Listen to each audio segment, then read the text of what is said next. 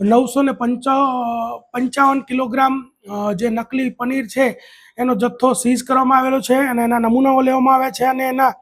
Total 1,81,000નો મુદ્દામાલ જે છે એને જપ્ત કરવામાં આવ્યો છે। તે ઉપરાંત જે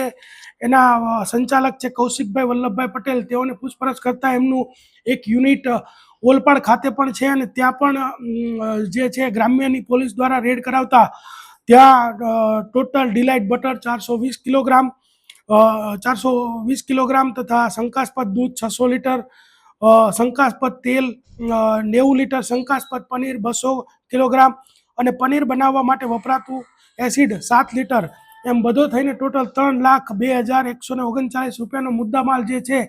એ જપ્ત કરવામાં આવેલો છે। સુરભી ડેરીની જે બ્રાન્ચો છે અડાજણ એરિયાની અંદર આવેલી છે। આ લોકો જે પનીર છે એ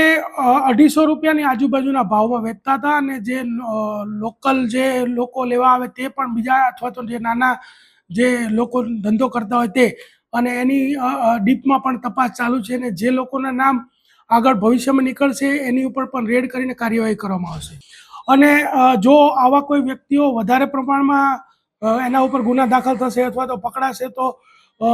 તડીપાર છે, પાસા છે, ગુસ્સી ટોક જેવી કાર્યવાહી પણ એના ઉપર કરવામાં આવશે।